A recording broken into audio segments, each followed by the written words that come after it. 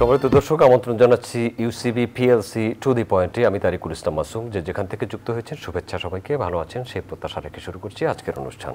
আজকের আলোচনার বিষয় সরকারের ভেতরে বাইরে কি হচ্ছে। সরকারের ভেতরে বাইরে কি হচ্ছে এ বিষয়ে আলোচনা করব। আলোচনার জন্য আমাদের সাথে স্টুডিওতে উপস্থিত আছেন বিএনপির ভাইস চেয়ারম্যান শামসুজ্জামান দুদু। আপনাকে স্বাগত জানাচ্ছি। কেমন আছেন? সম্মানিত দর্শক, আমাদের সাথে আরও উপস্থিত আছেন ফারাহ খান, তিনি আহ্বায়ক ঐক্য জাসদ এবং সদস্য সচিব সিরাজুল আলম খান ফাউন্ডেশন। আপনাকে স্বাগত জানাচ্ছি। ব্যারিস্টার ফারাহ খান। শুরুতে বলছিলাম সরকারের ভেতরে বাইরে কি হচ্ছে। আমরা জানি বাইরে কি হচ্ছে। ঢাকায় এই মুহূর্তে কাকরাইলে যমুনামুখী একটি অবস্থান আছে বিএনপির নেতৃবৃন্দ, অর্থাৎ ইশরাক হোসেন সেখানে আছেন। ঢাকা দক্ষিণ সিটি কর্পোরেশনের মেয়র হিসেবে যাকে গেজেট প্রকাশ করা হয়েছে ইলেকশন কমিশনের পক্ষ থেকে, তার শপথ নিয়ে 7 দিনব্যাপী আন্দোলন চলছে। সেনাবাহিনী প্রধান জেনারেল ওয়াকারুজ্জামান অফিসার্স অ্যাড্রেস করেছেন। সেখানে তিনি নির্বাচন আগামী ডিসেম্বরের মধ্যে করার একটা সম্ভাবনার কথা বলেছেন অফিসারদের অ্যাড্রেসে। নির্বাচন কমিশন ঘেরাও করেছিল এনসিপি, সেখানে থেকে বলা হয়েছে নির্বাচন কমিশন একটি দলের পক্ষ হয়ে কাজ করছে। আরও অনেক বিষয় আছে, সেসব বিষয়ে আলোচনা করব। করিডোর নিয়ে কথা বলেছেন নিরাপত্তা উপদেষ্টা, তিনি বলেছেন করিডোর বিষয়ে আর যে আলোচনা হয়েছে সেটি বুঝুন। সেই আলোচনায় যাব। আলোচনায় যাওয়ার আগে শামসুজ্জামান দুদু, আপনাকে নিয়ে শুরু করতে চাই। সম্প্রতি আপনার একটি বক্তব্য ফেসবুকে এবং সোশ্যাল মিডিয়ায় ভাইরাল হয়েছে, তার ক্রিয়া প্রতিক্রিয়ায় অনেক কিছু হয়েছে। প্রত্যেকে একটা শিরোনাম করেছিল ঢাকার বৃষ্টি নাকি শামসুজ্জামান দুদুর দেয়া কর্মসূচি। দর্শকদের উদ্দেশ্যে আমি একটু বলে রাখি, আওয়ামী লীগের কাছ থেকে টাকা নিচ্ছে বিএনপি, এরকম একটা অভিযোগ করেছিল হাসনাত আব্দুল্লাহ কুমিল্লায়। তার প্রতিবাদে আপনি একটি আলোচনা সভায় বলেছেন যে বিএনপির নেতাকর্মীরা যদি প্রস্রাব করে দেয় তাহলে তোমরা বঙ্গোপসাগরে ভেসে যাবে। যে দেয় এমন কোনো মন্তব্য করবে না যে মন্তব্যের দায়িত্ব নিতে পারবে না। তার প্রতিবাদে সার্জিস আলম, হাসনাত আব্দুল্লাহর বন্ধু, তারা দুজন জুটি, সেখানে বলেছেন যে যদি দুদু ভাই 16 বছরে একটা গণপ্রস্রাব কর্মসূচি ডাক দিতেন তাহলে হয়তো ফ্যাসিবাদ চলে যেত। এবং তার পরপরই একটা স্ট্যাটাস দিয়েছেন যে ঢাকার বৃষ্টি কি দুদু ভাইয়ের কর্মসূচি। এই বিষয়ে আপনার কাছ থেকে শুনে বাকি আলোচনায় যাব। জি, আপনাকে ধন্যবাদ। সার্জিজ আলমকে ধন্যবাদ যে সে এটা আমলে নিয়েছে এবং তার মতো করে সে মন্তব্য করেছে। সমালোচনা করতে অনেকে পছন্দ করে, কিন্তু সমালোচনা আবার নিতে কেউ পছন্দ করে না। বিএনপির মতো একটি রাজনৈতিক দল, যে দলের নেত্রী দেশনেত্রী বেগম খালেদা জিয়া, আপসী নেত্রী, মৃত্যুর ঠিক কিনারা থেকে তিনি আল্লাহ তাকে রক্ষা করেছেন। বিএনপিতে অসংখ্য মানুষ ফাঁসির কাস্টে ঝুলেছে, শহীদ হয়েছে। এই যে গত 15 বছরের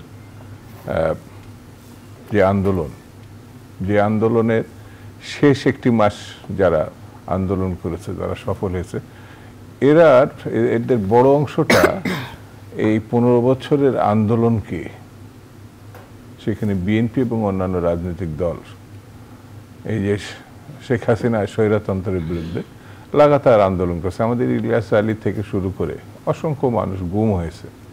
৫,৫০০ এক বিএনপিতেই হয় নিখোঁজ, নাই গুম, নাই শহীদ হয়েছে। এমন একটা পার্টি সম্বন্ধে ঠাস করে যদি আমি বলে দিই, এটা আওয়ামী লীগের কাছ থেকে টাকা নিয়ে পরিচালিত হচ্ছে। মানে একটা দায়িত্বজ্ঞানহীন মন্তব্যকে রূপক অর্থে যখন আপনি ব্যবহার করবেন ভেসে যাওয়ার, তখন সেটি আবার তাদের খুব একটা পছন্দ হবে না। মোরারজি দেশে একসময় ভারতের প্রধানমন্ত্রী ছিলেন। মোরারজি দেশের শারীরিক কিছু সমস্যা ছিল, তিনি নিয়মিত মূত্র পান করতেন ডাক্তারের সাজেশনে। এটা দক্ষিণ পূর্ব এশিয়া না, সারা বিশ্বে এটা প্রচলিত। কিন্তু সোশ্যাল মিডিয়া এবং ফেসবুকে একটা গোষ্ঠী তৈরি হয়েছে, আমি লক্ষ্য করেছি। যদি আপনার মন্তব্যটা তাদের কাছে গ্রহণীয় না হয়, তাহলে আপনাকে যেভাবে আক্রমণ করা হবে সেটি সুস্থ ধারার তো প্রশ্নই ওঠে না, আপনার 14 গোষ্ঠী উদ্ধার করে ফেলবে। এর সঙ্গে একটি রাজনৈতিক দলের, যেটি বাংলাদেশের স্বাধীনতা মুক্তিযুদ্ধ এগুলো সহজে নিতে পারে, তারা পাকিস্তানের পক্ষে ছিল বলে সবাই মনে করে, তারা এখনো পর্যন্ত জাতির কাছে ক্ষমা চায় নাই। তাদেরই পরিপুষ্ট দৃষ্টিভঙ্গি কিন্তু এই জায়গায়, অর্থাৎ আপনার প্রতিপক্ষকে, তারা ফ্যাসিস্ট শক্তিরই একটা অনুসারী ছিল। অর্থাৎ শুরুতে যারা গণহত্যাকারী আর শেষে গণহত্যাকারী, এরা এখন মিলেমিশে তাদের সমালোচনাকে আপনার সহজভাবে নিতে পারছে না। সেই জন্য আমার কাছে মনে হয়েছে বাংলাদেশের রাজনীতিটা যে সুস্থ ধারার ব্যাপার ছিল, সেই সুস্থ ধারাটা গণঅভ্যুত্থানের মধ্য দিয়ে একটা সম্ভাবনা দেখা দিয়েছিল। সেটাকে যদি আমরা পরিপুষ্ট এবং এগিয়ে না নিতে পারি, তাহলে গণতান্ত্রিক রাজনীতিতে সমালোচনা যে একটা স্তম্ভ, সেটি কাজ করবে বলে আমার কাছে মনে হয় না।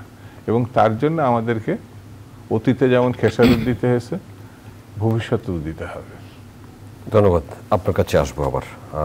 ব্যারিস্টার সারা খান, সেনাবাহিনী প্রধান আজ অফিসার্স অ্যাড্রেস করেছেন, সেখানে নির্বাচনের কথা বলেছেন এবং মব ভায়োলেন্স যাতে না হয় সেজন্য কঠোর হবেন বলেছেন। এর আগের দিন 3 বাহিনী প্রধান এবং প্রধান উপদেষ্টা, 3 জন উপদেষ্টা বৈঠক করেছেন, জাতীয় নিরাপত্তার বিষয়ে কথা বলেছেন। আজ নিরাপত্তা উপদেষ্টা খলিলুর রহমান বক্তব্য করেছেন করিডোর ইস্যুতে। করিডোর নিয়ে আলোচনা হয়নি, বা যে আলোচনা হচ্ছে এটা গুজব বলেছেন তিনি। আপনার কাছ থেকে করিডোর, নির্বাচন এবং সামগ্রিক পরিস্থিতি নিয়ে শুনে আসি। ধন্যবাদ আবারও আপনাকে আমাকে কিছু বলার সুযোগ করে দেওয়ার জন্য। আপনি এখানে কয়েকটা প্রশ্ন করেছেন, এই প্রশ্নগুলো যদি আমি একটি একটি করেই উত্তরটা দিব। আপনি যে সেনাবাহিনীর কথা যে বলেছেন, সেনাবাহিনী আমরা দেখেছি যে ওনাদের যে দরবার থেকে যে ডিসিশনগুলো এসছে, আপনিও যেমন দেখেছেন আমিও সেটি দেখেছি, যে ওনারা এই নির্বাচনের বিষয়টা ওনারা ফোকাস করছে। সেনাবাহিনী কিন্তু সবসময় বলছে যে ওনারা একটি ইনক্লুসিভ নির্বাচন চায়, যেটি কিনা আমি মনে করি যে আমরা এই বাংলাদেশের যারা নাগরিক, আমরাও কিন্তু একটি ইনক্লুসিভ নির্বাচন চাই। কারণ আমরাও মনে করি একটি নির্বাচনের মাধ্যমেই শুধুমাত্র গণতন্ত্র প্রতিষ্ঠিত হতে পারে, এবং গণতন্ত্র প্রতিষ্ঠিত হলেই একটি রাষ্ট্র তার নিয়মে চলতে পারে। সো এই কারণে মানে নির্বাচনের বিপক্ষে যাওয়ার তো আসলে কোনো উপায় নেই। এখন নির্বাচনটা কতদিন পরে হবে, কোন সময় হবে, কিছু সংস্কার করে হবে কিনা, সেগুলো তো কোয়েশ্চেন রয়েই যায়। যেই কোয়েশ্চেনগুলো আসলে আমরা গত 10 মাস ধরে দেখছি। একটি মানে কিছু গোষ্ঠী চাচ্ছে আগে নির্বাচন হয়ে যাক, কেউ কেউ বলছে সংস্কার করেই হবে। সো সেগুলো নিয়ে কিন্তু সবসময় একটি নির্বাচন হওয়ার দিন পর্যন্ত এটা আসলে মানুষের মধ্যে আলোচনা থাকবেই। সো সুতরাং এটা আসলে বলা মানে এখানে বলার কিছু নেই। সো কিন্তু সেনাবাহিনী যে কথাটি বলেছে, আমি মনে করি এটা বাংলাদেশের সকল জনগণেরই একটি কথা, যে আমরা নির্বাচন চাই। এটা আজ হোক, কাল হোক, ডিসেম্বর হোক কি জানুয়ারি হোক, কিন্তু আমরা নির্বাচন চাই অবশ্যই। কারণ আমরা তো দেখেছি গত 16 বছরে এই ফ্যাসিস্টের আমলে আমরা তো ভোট দিতে পারিনি, 14তে ভোট দিতে পারিনি, 18 নির্বাচনে দিনের ভোট রাতে হয়ে গিয়েছে, আমরা 24-এ দেখেছি আমি ভার্সেস ডামি। সো আমরা তো আসলে ভোট দিতে পারিনি। সো আমাদের দেশে কিন্তু ভোটটা অনেকটা একটা আনন্দের, একটা উৎসবের জিনিস ছিল, সেটি কিন্তু গত 16-17 বছরে কিন্তু একদম নষ্ট করে দেওয়া হয়েছে।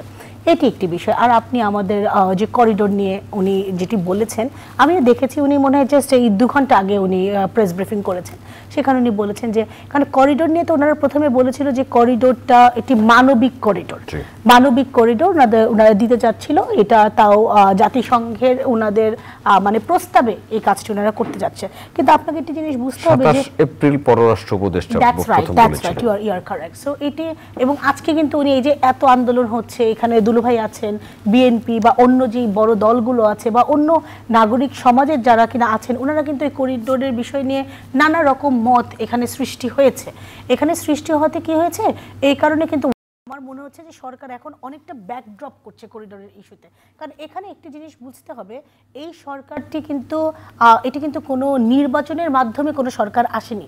এই সরকার কিন্তু ইন্টারিম গভর্নমেন্ট, এবং এই সরকারকে কিন্তু আমি আমার কথা বলতে পারি, দুলু ভাইরা আছেন, আমরাই কিন্তু সরকারকে, জি দুদু ভাই আছেন, আমরাই কিন্তু এই সরকারকে কিন্তু এখানে বসিয়েছি। সো আমরা কিন্তু এক্সপেক্ট করি, অন্তত বিএনপি কিন্তু এক্সপেক্ট করে, বা অন্য যে দলগুলো আছে তারা কিন্তু সবাই এক্সপেক্ট করে যে এরকম জাতীয় নিরাপত্তার স্বার্থে বা দেশের স্বার্থে যে কোনো একটা ডিসিশন হতে গেলে সেটা এখানে যে স্টেক হোল্ডাররা যারা আছে তাদের সাথে সরকার আলাপ করবে। কিন্তু আমরা দেখেছি সরকার কিন্তু এখানে আলাপ করেনি।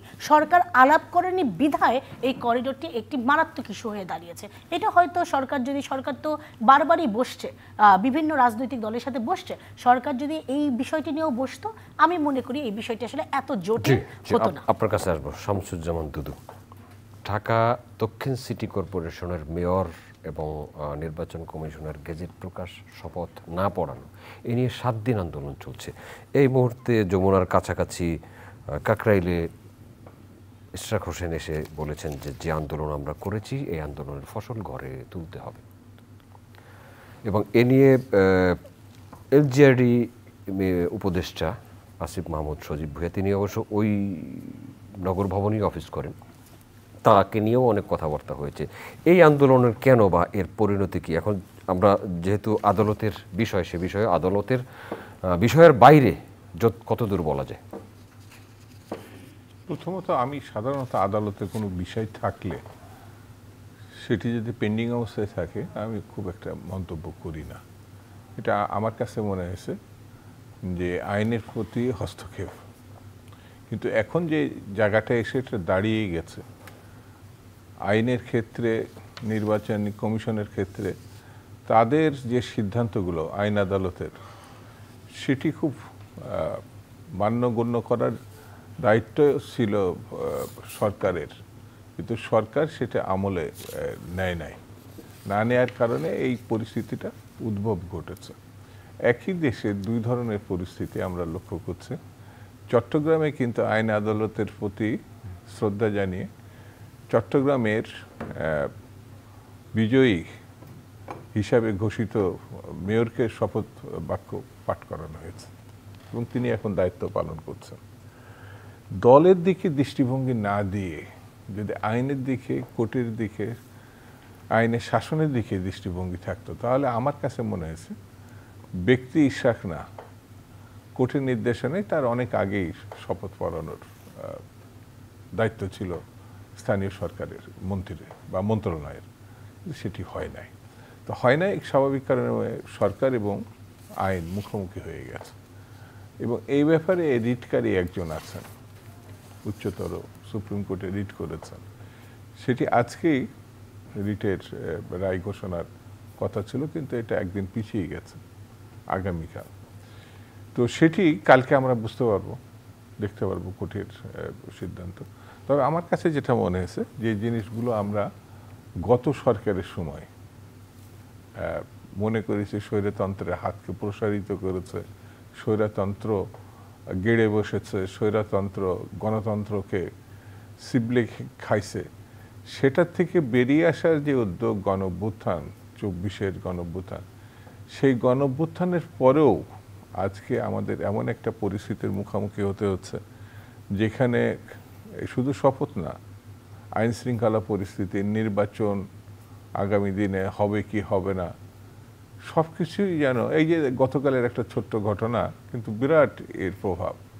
ধানমন্ডিতে পুলিশকে ডিকটেট করছে চাঁদাবাজরা, অর্থাৎ একটা বাসায় কাকে ধরতে হবে তাকে চাঁদা দেয় নাই, এবং সেও একটি রাজনৈতিক দলের সদস্য থেকে বহিষ্কৃত হয়েছে চাঁদার অভিযোগে, 3 জন। তার পক্ষে গিয়ে আবার একটা দায়িত্বশীল সংগঠনের দায়িত্বশীল নেতা তাদেরকে আবার পুলিশে মুচলেখা দিয়ে নিয়ে আসছে। কি ভয়ঙ্কর ব্যাপার। এখন সেই দল আবার তাকে শোকজ করছে, কৈফিয়ত তলব করছে, কেন এর বিরুদ্ধে ব্যবস্থা গ্রহণ করা হবে না, 3 দিনের মধ্যে জবাব দিতে বলা হয়েছে।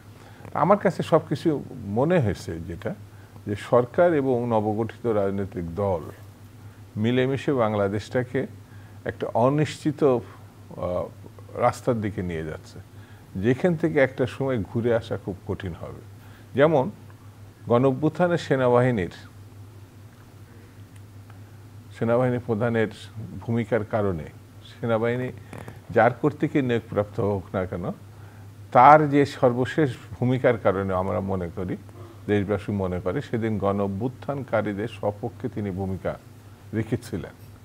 আরেকটি জিনিস আমার নজরে পড়ে যে সর্বপ্রথম সরকার প্রধান না, ডক্টর ইউনূস না, সরকারের কোন উপদেষ্টা না, এমন কোনো বিখ্যাত রাজনীতিবিদও না, সর্বপ্রথম কিন্তু ডিসেম্বরের মধ্যে নির্বাচন হওয়া উচিত বলে এবং তিনি সম্ভাবনাকে সমর্থন করেছেন, তিনি এই বর্তমান সেনাপ্রধান। এবং তখন সরকারের ভিতর থেকে বলা হয়েছিল শেষ কথাটি, নির্বাচনের কথাটি ডক্টর ইউনূসই বলবেন। আরও দুইজন বলার পরে ডক্টর ইউনূস বলেছিলেন যে ডিসেম্বরে ইলেকশনটা হবে। পরে আবার এটি জুন পর্যন্ত টেনে নিয়ে যাওয়া হয়েছে। সেই ক্ষেত্রে আমার কাছে মনে হয়েছে সরকারের যে গণতান্ত্রিক আচরণ বক্তব্য আমরা প্রত্যাশা করেছিলাম, যেটা আমরা সেনাবাহিনীর কাছে প্রত্যাশা করি না, সাধারণত তারা রাজনীতি বিষয়ে কথা বলে না, তারা যখন নির্বাচনের পক্ষে অর্থাৎ গণতন্ত্রের পক্ষে স্ট্যান্ড যেমন নিয়েছিলেন গণঅভ্যুত্থান এবং পরবর্তীতে মীমাংসার জন্য, তারাই কিন্তু এই কথা বলেছিলেন। তো সেই জন্য আমার কাছে মনে হয়েছে যে সরকার কোথায় যেন সিদ্ধান্তহীনতায় ভুগছে এবং এই সিদ্ধান্তহীনতা রাজনীতিকে, গণতন্ত্রকে, আইনের শাসনকে কোথায় নিয়ে গিয়ে দাঁড় করাবে এখনই চট করে মন্তব্য করা খুব কঠিন। সিদ্ধান্তহীনতাগুলো কেন মনে হয় আপনার, ফারাহ খান? সিদ্ধান্তহীনতাগুলো প্রথমত হতে পারে এই যে সরকারটি আছে, এই সরকারের মধ্যে রাজনৈতিক ব্যক্তি নেই। এই সরকারের মধ্যে আমরা দেখেছি যে ওনারা বিভিন্ন বিশেষ করে এনজিও থেকে এসছেন বা বিভিন্ন জায়গা থেকে এসছে, যে কথাটি কিনা আমরা আগেও বলেছি যে এই সরকারটি ফর্ম করতে পারতো বিভিন্ন দলের রাজনীতির ব্যক্তিদেরকে নিয়ে ফর্ম করতে পারতো, তাহলে কিন্তু আমরা গত 10 মাসে, সরকার তো ফর্ম হয়েছে প্রায় 10 মাস, এই গত 10 মাসে আমরা যতগুলো সমস্যা দেখেছি সেই সমস্যার কিন্তু অনেক কিছুই কিন্তু সমাধান হতো অথবা ক্রিয়েটই হতো না at the first place. So এই কারণেই আমার মনে হয় যে সরকারের মধ্যে সিদ্ধান্তহীনতার মধ্যে একটি তফাৎ আছে এবং সরকার হয়তো, সরকারের অনেকে আসলে বুঝছেও না যে ওনারা কি চাচ্ছেন, এই কারণে সরকার কিছুটা কনফিউজ। এইটা আমি বিএনপির বা অন্যান্য দলের ওনারা যেটা এই কথা বলে থাকেন প্রায়, ওনাদের সাথে আমি এই বিষয়টা কিছুটা একমত। আপনি যদি দেখে থাকেন যে আমাদের দেশে অনেক কিছুই যে মানে যে কাজগুলো হচ্ছে, এই কাজগুলো কিন্তু সরকার যদি চেত, ওনারা কিন্তু অনেক হেভি হ্যান্ডভাবে ডিল করতে পারতো, কিন্তু আমরা দেখছি সব জায়গায় একটা লুজ, হ্যাঁ, ওনাদের সেই গ্রিপটা নেই, সেই গ্রিপটা যে নেই কিন্তু, কারণ ওনারা কিন্তু ওনাদেরকে কিন্তু ছাত্র জনতার ফলে ওনারা এখানে বসেছেন, ওনাদের উপর কিন্তু আমাদের এক্সপেকটেশনটা অনেক বেশি, ওনাদের উপর আমাদের এক্সপেকটেশনটা এমনই বেশি, আমরা কিন্তু একটা নতুন বাংলাদেশ ক্রিয়েট করেছি। সো এই নতুন বাংলাদেশে কিন্তু আমরা চেয়েছি যে আগের ফ্যাসিস্ট বা ফ্যাসিস্টের সময়কার কোনো রকমের কোনো কার্যকলাপ বা কিছুই যেন না থাকে, কিন্তু সরকার কিন্তু সেই সকল কাজগুলো করতে পারছে না, বরঞ্চ তারা যত দিন যাচ্ছে তত তারা প্রশ্নের সম্মুখীন হচ্ছে এবং ওনারা ব্যর্থ হচ্ছেন। ধন্যবাদ আপনাকে। শামসুজ্জামান দুদু, আপনার কাছে আর একটা প্রশ্ন। এনসিপি আজ নির্বাচন কমিশন ঘেরাও করেছিল, বিক্ষোভ করেছে এবং তারা এই নির্বাচন কমিশনের পদত্যাগ চেয়েছে, নতুন নির্বাচন কমিশন গঠন করতে পারে, কারণ এই নির্বাচন কমিশনটি পক্ষপাত দুষ্ট, বিএনপির দলীয় কার্যালয় হিসেবে ব্যবহার হচ্ছে এবং এখানে 3 জন উপদেষ্টার কথাও বলা হয়েছে। আবার জাতীয় নির্বাচনের আগে তারা স্থানীয় সরকার নির্বাচনের কথা বলেছেন। আমার কাছে এই নবগঠিত দলের বক্তব্যকে মানে বেশ আমার কাছে মজা লাগছে। সাধারণত মজার সাবজেক্টও এখন তো খুঁজে পাওয়া খুব মুশকিল। প্রথম কথা, এই নির্বাচন কমিশন কোনো নির্বাচনই করে নাই, যে ভালো না মন্দ, পুরুষ না নারী, এটা কোনোভাবেই তো কিছু বুঝি নাই। তারা কি করে বললো যে এটি পক্ষপাত দুষ্ট? আমি একটু বলবো, ক্লু দিব। ইশরাক হোসেনকে বিজয়ী ঘোষণা করে যেই গেজেট প্রকাশ করেছেন, এই গেজেট প্রকাশ না করে যদি তারা উচ্চ আদালতে আপিল করতেন, যেহেতু আপিল করেন নাই, তাদের মনে হয়েছে যে এই নির্বাচন কমিশন বিএনপির প্রতি পক্ষপাতদুষ্ট আচরণ করছে। তার আইনের প্রতি যদি আমি মনে করি যে শ্রদ্ধাশীল হয়েছে, আইনের তারা যেটা রায় ঘোষণা হয়েছে তার পক্ষ অবলম্বন করেছে, এবং এই নির্বাচন কমিশন তাকে নির্বাচিত করে নাই, সেই দায়িত্ব তারা পালন করে নাই। সেই কারণে এই যুক্তিটা আমার কাছে খুব গ্রহণযোগ্য বলে আমার কাছে মনে হয় নাই। 2 নম্বর হচ্ছে, এই রাজনৈতিক দলটা এখনো নিবন্ধিত কোনো রাজনৈতিক দল না। এদের কোনো কর্মসূচি তারা ঘোষণা করে নাই, তাদের লক্ষ্য তারা ব্যাখ্যা করে নাই। আমি অন্ততপক্ষে পাই নাই, আপনারা পাইছেন কিনা জানি না। কোনো পত্র পত্রিকাতে আছে না, যেমন বাংলাদেশ আওয়ামী লীগ একসময় গঠন হয়েছিল, যখন মুসলিম লীগ, তারপর আওয়ামী লীগ, এইভাবে ধরেন মুসলিম লীগের একটা তৈরি হয়েছে, তাদেরও অনেক কর্মসূচি ছিল, লক্ষ্য ছিল। যেমন বাংলাদেশের প্রথম বিরোধী দল হিসাবে নতুন রাজনৈতিক দল জাসদ, তারা মুজিববাদ বলে, যখন মুজিববাদের যে নতুন বিশ্ব এলো, নতুনবাদ, মুজিববাদ, তখন তারা মার্ক্সবাদকে, লেনিনবাদকে আঁকড়ে ধরেছিল এবং জাতীয় সমাজতান্ত্রিক দল নতুন দল গঠন করে। এই ধরনের কোনো, যেমন বিএনপি 19 দফা, বাংলাদেশি জাতীয়তাবাদ, গণতন্ত্র, এই দলের প্রতিষ্ঠা আজ থেকে প্রায় 45-47 বছর আগে হয়েছে। তাদেরও একটা কর্মসূচি, যেমন জামাতে ইসলাম, তারা কোন সুন্নাহ থেকে শুরু করে ইসলামী মতবাদটাকে তারা রাজনৈতিক লক্ষ্য হিসেবে ঘোষণা করে। এই দলের লক্ষ্যটা কি? সেই জন্য আমার কাছে মনে হয়েছে যে তাৎক্ষণিকভাবে কিছু কাজ বা নিজের বা গোষ্ঠীর সুবিধা গ্রহণ করার জন্যে, যেমন তার আগে অবশ্য আরেকটা ঘটনা আছে, সেটি ডক্টর মোহাম্মদ ইউনূস একবার এক বিদেশি পত্রিকার সঙ্গে বলেছিলেন, শিক্ষার্থীরা তাকে বসিয়েছে, ছাত্র জনতা না, কিন্তু শিক্ষার্থী শুধু তাকে বসিয়েছে। এই জাস্ট শিক্ষার্থীদের কথা বলেছে। শিক্ষার্থীদের একটা স্বপ্ন আছে, তাদের একটা আকাঙ্ক্ষা আছে, তাদের সেই আকাঙ্ক্ষা পূরণের জন্য তারা একটি রাজনৈতিক দল গঠনই করতে পারে। শিক্ষার্থীরা সাধারণত ছাত্র সংগঠন করে, আমরাও ছাত্র সংগঠন করি, কিন্তু তিনি ছাত্র সংগঠন বলেননি। যেমন এই দলের প্রধান নাহিদ সাহেব, আপনার চোখে পড়ছে কিনা জানেন, হঠাৎ করে একবার বললেন সারা দেশে থানা কমিটি যারা গঠন করবে তাদের বয়স কমপক্ষে 40 হতে হবে। তার বয়স কিন্তু 26 বা 27। তো উনি হঠাৎ করে 40 বছর। দর্শক থাকুন আমাদের সাথে, আমরা আছি চ্যানেল আই এর অনলাইন প্ল্যাটফর্মে। জি, স্বাভাবিক কারণে তারা 40 কেন বলেন আমি এটাও জানি না। 40 একটি ল্যান্ডমার্ক সংখ্যা। তাহলে তো তার সরে গিয়ে একজন 40 বছর বয়সের মানুষকে দলের প্রধান করা উচিত ছিল, আরো ভালো হতো। এমন কাউকে হয়তো পাওয়া যায়নি। কেন?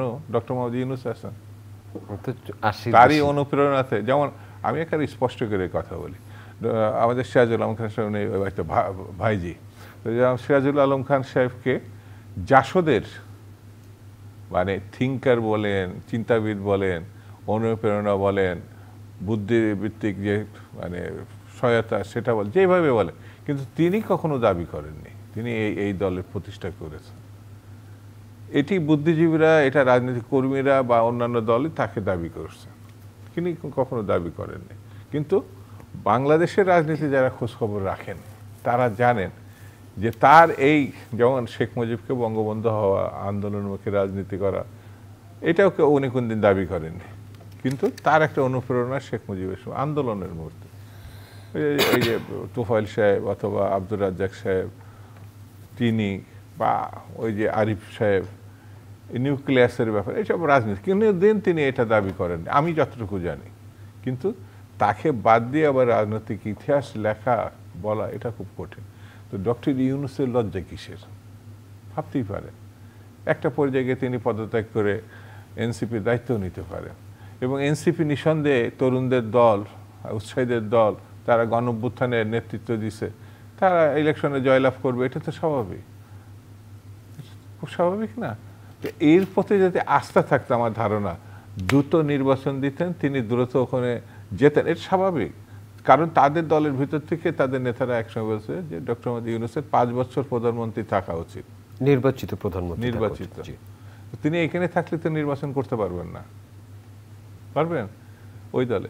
সেই জন্য আমার কাছে যেটা মনে হয়েছে যে নির্বাচনে যে স্বপ্ন দেখছে সেই স্বপ্নটা এখন রাজনৈতিক দলকে, এই যে যেমন আজকে ঘেরাও আন্দোলন, তার আগের আন্দোলন হয়েছে যমুনাতে একটা নিষিদ্ধ করার জন্য, যদিও আওয়ামী লীগ নিষিদ্ধ হয়নি, শুধুমাত্র বিচার চলাকালীন সময় তারা কার্যক্রম করতে পারবে না, নিষিদ্ধ না কিন্তু আওয়ামী লীগ কার্যক্রম চালাতে পারবে না। ঘরের ভিতরে যদি তাদের নেতার ছবি নেত্রীর ছবি দিয়ে ঘুমাতে চান, তাদের ছবি নিষিদ্ধ করা হয়নি, কিন্তু কাজকাম না করলে পরে তাদের তো বিরুদ্ধে তো কোনো আপনি আইনগত দিক থেকে নিতে পারেন না। মিছিল কোথাও কোথাও হচ্ছে আমরা শুনেছি, মিছিল তারা যদি মনে করে যে মিছিল হয় সেটা ঠেকাবে, ওই ধরনের আমার মানে হলে পত্রপত্রিকায় আসছে, উল্লেখযোগ্য না। আমার যেটা বক্তব্য আমার কাছে মনে হয়েছে সেটি নির্বাচন কমিশনও তাদের নিবন্ধন সাময়িক স্থগিত করেছে। হ্যাঁ, এই ঘোষণা, হ্যাঁ এই ঘোষণা করতে পারে, সেটা তাদের যদি আইনগত দিক থেকে সেই ক্ষমতা থাকে। কিন্তু যারা দাবি করছে তাদের পত্রিকা আছে খালি সুবিধা দেওয়ার জন্য 2 মাস নতুন করে সময় বাড়ানো হয়েছে নিবন্ধন পাওয়ার জন্য এই রাজনৈতিক দলটা। ভাই আমার তো কোনো আপত্তি নেই, আমি তো তাদের রাজনীতি দল যখন করেছে আমি অভিনন্দনও জানাইছি, তরুণরা রাজনীতি দল করবে, তরুণরা রাজনীতি করবে, এটা তো খুব ভালো। কিন্তু সরকারের উপর ভর করে যমুনায় 144 ধারা জারি অবস্থায় তারা গিয়ে বসে মিটিং করতে পারে, প্রতিবাদ করতে পারে, আর জগন্নাথের ছেলে শিক্ষকরা যখন ওখানে যায় তাদেরকে আপনি সাউন্ড গ্রেনেড মারবেন, আপনি টিয়ার গ্যাস মারবেন, লাঠিপেটা করবেন, ছেলে মেয়েদেরকে হাসপাতালে পাঠাবেন, এইভাবে তো একটা দেশ চলতে পারে না। এটা তো একটা পক্ষপাতদুষ্ট ঘটনা।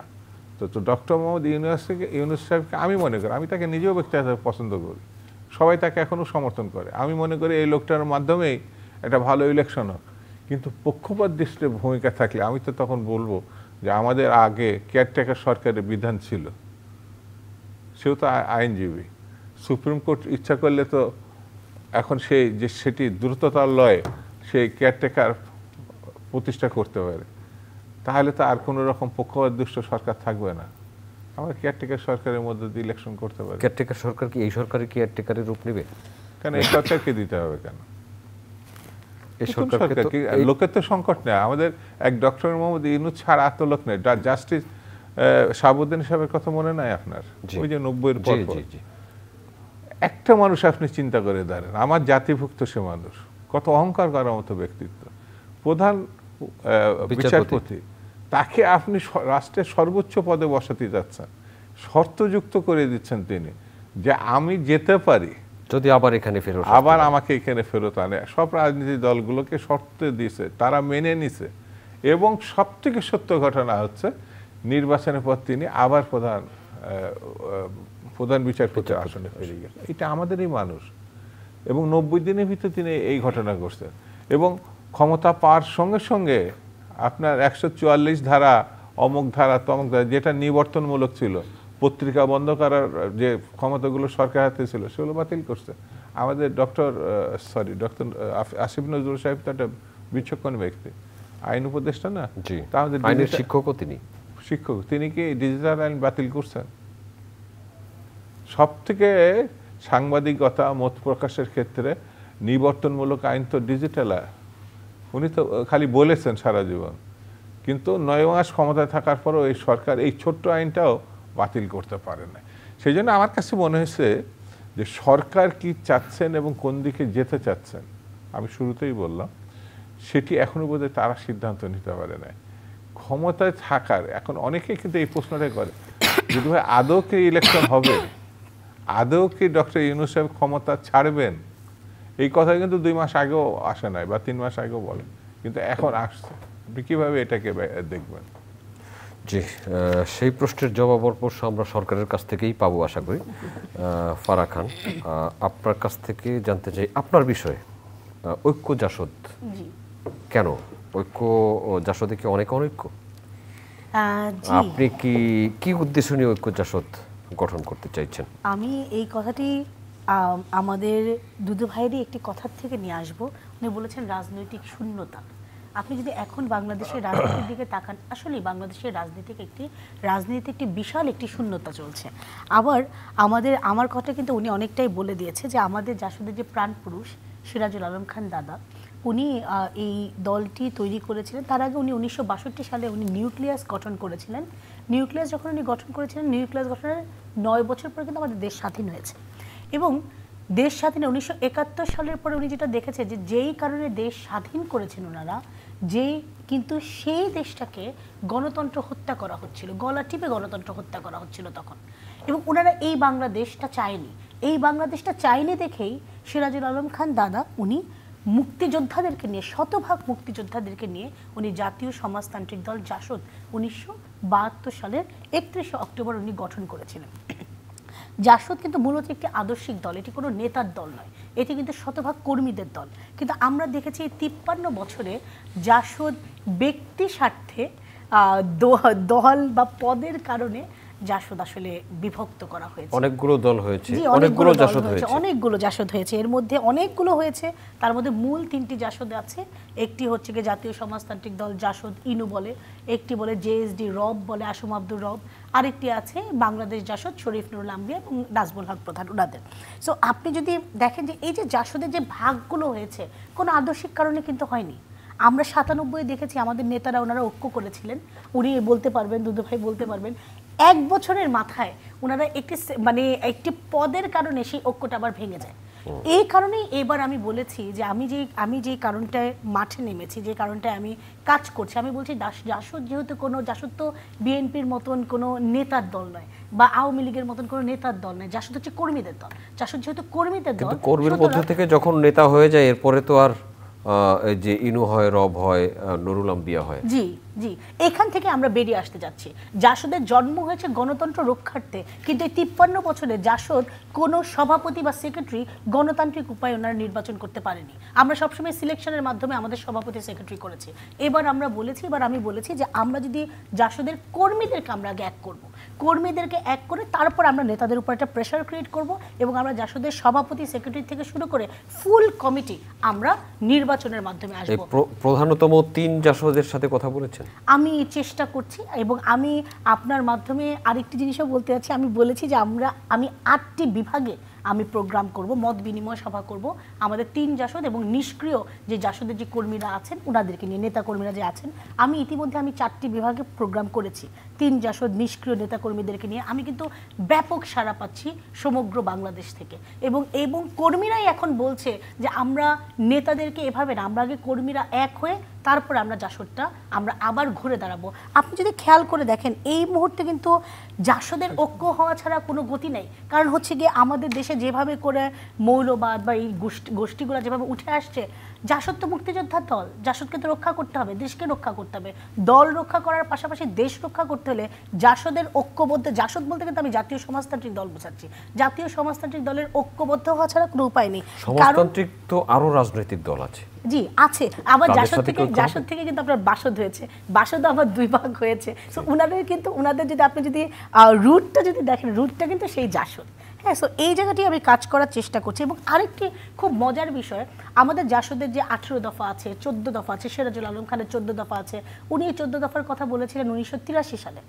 সেই 14 দফা আপনি যদি এখন খেয়াল করেন, বিএনপি কিছু দফা সেখান থেকে নিয়েছে, এনসিপি কিছু দফা নিয়েছে, অন্যান্য রাজনৈতিক দলগুলো সেই দফা নিচ্ছে। অথচ এই দফাগুলো কিন্তু আমাদের নেতা সিরাজুল আলম খানের দেওয়া। শুধু তাই না, আপনি যদি বিভিন্ন সংস্কার কমিশনগুলো যদি দেখেন, সেই সংস্কার কমিশনগুলো পর্যন্ত আমাদের দাদা সিরাজুল আলম খানের এই দফাগুলো নিয়েছে। কিন্তু আমরা যেহেতু জাসদ বিভিন্ন ভাগে বিভক্ত, আমাদের যেহেতু সেই সাংগঠনিক শক্তিটা নেই, সুতরাং আমরা আমাদের কথাগুলো বলতে পারি না। এগুলো যে আমাদের দফা, আমরাই যে এগুলোকে রাজনীতির মাঠে নিয়ে এসেছি, সেই কথাগুলো আমরা বলতে পারি না। একটু ছোট্ট জিজ্ঞাসা করব, জি, আবার কি এই যে ঐক্য জাসদ কখনো কি জাসদ ফাড়া হবে না? তো আশা করি না, কারণ হচ্ছে গিয়ে ওই যে আমি যেটা বললাম, যদি কিনা জাসদ ফারা হয় তাহলে কিন্তু আমি ঐক্য জাসদ করে কিন্তু আমি কিন্তু এটা সভাপতি হয়ে যেতে পারতাম। কিন্তু আমার প্রথম স্লোগান যেটা, সেটা হচ্ছে গিয়ে আমরা জাসদটাকে গড়ব, কর্মীদেরকে দিয়ে এবার আমরা সভাপতি সেক্রেটারি নির্বাচন করব, প্রতিটা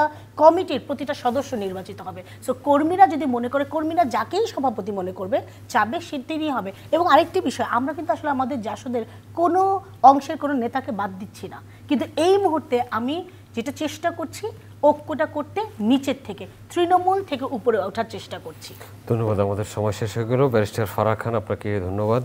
শামসুজ্জামান দুদু, আপনাকে অসংখ্য ধন্যবাদ। সম্মানিত দর্শক, এতক্ষণ আমাদের সাথে থাকার জন্য কৃতজ্ঞতা। আগামী অনুষ্ঠান দেখার আমন্ত্রণ রইল, দেখা হতে পারে সেই অনুষ্ঠানে। ভালো থাকবেন সবাই, আপনাদের সবার জন্য অনেক অনেক শুভকামনা।